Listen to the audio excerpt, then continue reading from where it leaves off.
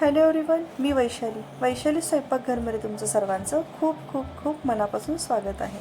वैशाली स्वयंपाकघरमध्ये आज मी तुमच्याबरोबर खमंग अशी आळूवडी ही रेसिपी शेअर करणार आहे। चला तर मग बघूया कशी बनवायची खमंग आळूवडी। सगळ्यात आधी इथे मी 2 जुडी आळूची पानं स्वच्छ पाण्याने धुवून चाळणीमध्ये निथळत ठेवलेली आहेत। आता आपण आळूवडीचं बॅटर तयार करणार आहोत। इथे मी 1 वाटी मुगाचं पीठ घेतलेलं आहे। मुगाच्या पिठाऐवजी तुम्ही डाळीचं पीठ पण घेऊ शकता।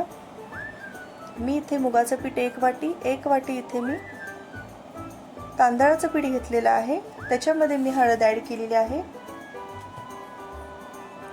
थोडंसं चिमूटभर आपल्याला याच्यामध्ये हिंग घालायचं आहे। याच्यामध्ये तुम्ही डायरेक्टही जिरे घालू शकता। मी इथे जिरा पावडर वापरलेली आहे। 2 चमचा जिरा पावडर मी याच्यामध्ये घातलेली आहे।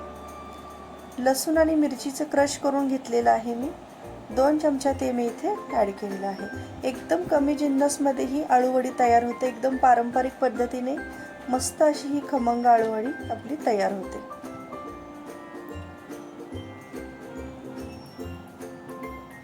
आता आपल्याला याच्यामध्ये लिंबू घ्यायचा आहे। मी इथे 2 जुडी आळूसाठी मी इथे 1 अख्खं लिंबू घेतलेलं आहे छोटं। कारण लिंबू घातल्यामुळे जर का आळूवडी जी आळूची पानं असतात ते खाताना आपल्याला घशामध्ये असं त्रास होतो आणि त्यामुळे घशात तडतड होऊ नये यासाठी आपण इथे लिंबू वापरत आहोत। 1 लिंबू मी इथे वापरलेला आहे आणि चवीप्रमाणे मीठ इथे मी ॲड करून घेतलेलं आहे आणि 1 छोटा चमचा गूळ इथे मी खिसून घेतलेला आहे। सर्व जिन्नस आता आपल्याला मिक्स करून घ्यायचे। थोडंसं पाणी घालून आपल्याला हे व्यवस्थित असं बॅटर तयार करून घ्यायचं आहे। जास्त घट्ट किंवा जास्त पातळी आपल्याला हे करायचं नाही।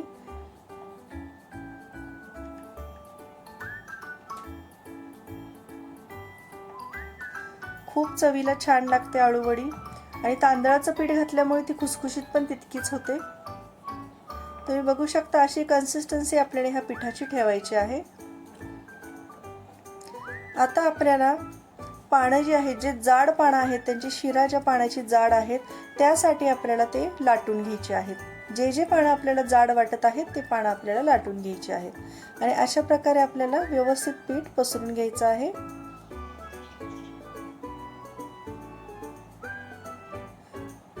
जास्त जाड असं दाटसर पीठ लावायचं नाहीये। पातळ असे लेयर्स लावून सगळीकडे व्यवस्थित हे पसरून घ्यायचं आहे आणि व्यवस्थित असं त्याला राऊंड करून एक रोल करून घ्यायचं आहे। इथे मी टोपामध्ये पाणी गरम करायला ठेवलं होतं। आता आपल्याला ही आळूवडीची जी जाळी आहे ती आपल्याला त्याच्यामध्ये ठेवून घ्यायची आहे आणि 15 ते 20 मिनिटं आपल्याला ती मीडियम टू हाय फ्लेमवरती आपल्याला व्यवस्थित त्याला स्टीम करून घ्यायचं आहे। मी इथे इंडक्शनवरती ठेवलेलं आहे। गॅसवरती मीडियम टू हाय फ्लेमवरती आपल्याला 15 ते 20 मिनिटं आपल्याला ते व्यवस्थित वाफवून घ्यायचे आहेत आणि त्यानंतर त्याला आपण पलटी करून घेणार आहोत आणि फक्त 5 मिनिटं आपल्याला पुन्हा एकदा वाफ द्यायची आहे। इथे मी पलटी करून घेतलेले आहेत। 15 ते 20 मिनिटांनंतर आळूवडी बिलकुल चिटकत नाही, ती एकदम सहजपणे आपण त्याला पलटी करू शकतो। त्यानंतर आपण 5 मिनिटं इथे ठेवून घेतलेलं आहे। आपली आळूवडी इथे मस्तपैकी स्टीम झालेली आहे आणि आता ही तयार झालेली आहे। आता ह्याला व्यवस्थित थंड करून घ्यायचं आहे। ॲटलिस्ट अर्धा तास तरी आपल्याला ही साईडला ठेवायची आहे आणि एकदम पातळ असे त्याचे काप करून घ्यायचे आहेत।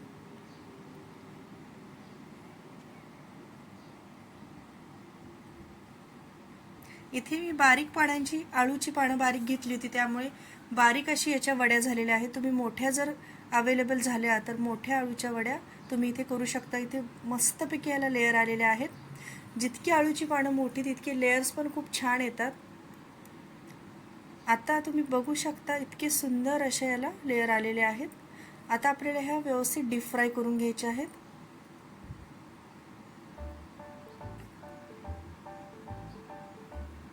तेल आपल्या इथं गरम झालेलं आहे आणि आता आळूवडी मी याच्यामध्ये सोडून घेणार आहे। खरपूस रंगावर येऊपर्यंत आपल्याला त्याला फ्राय करून घ्यायचं आहे।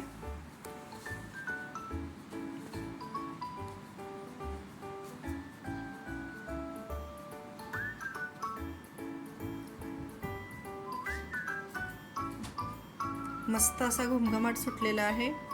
आपली आता ही खरपूस रंगावरती आळूवडी आलेली आहे आणि तुम्ही टेक्स्चर बघू शकता किती खमंग असं याचं टेक्स्चर आलेलं आहे।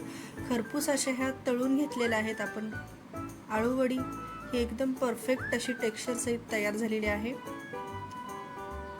खूप कमी जिन्नसमध्ये ही आळूवडी तयार होते.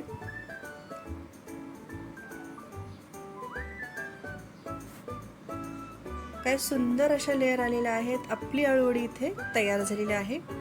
तुम्हाला ही रेसिपी कशी वाटली तुम्ही नक्की मला कमेंट करून सांगा. आणि तुम्हाला जर रेसिपी आवडली असेल तर लाईक, शेअर आणि सबस्क्राईब करा. चला तर मग भेटूया आपण पुढच्या रेसिपीमध्ये. थँक्यू.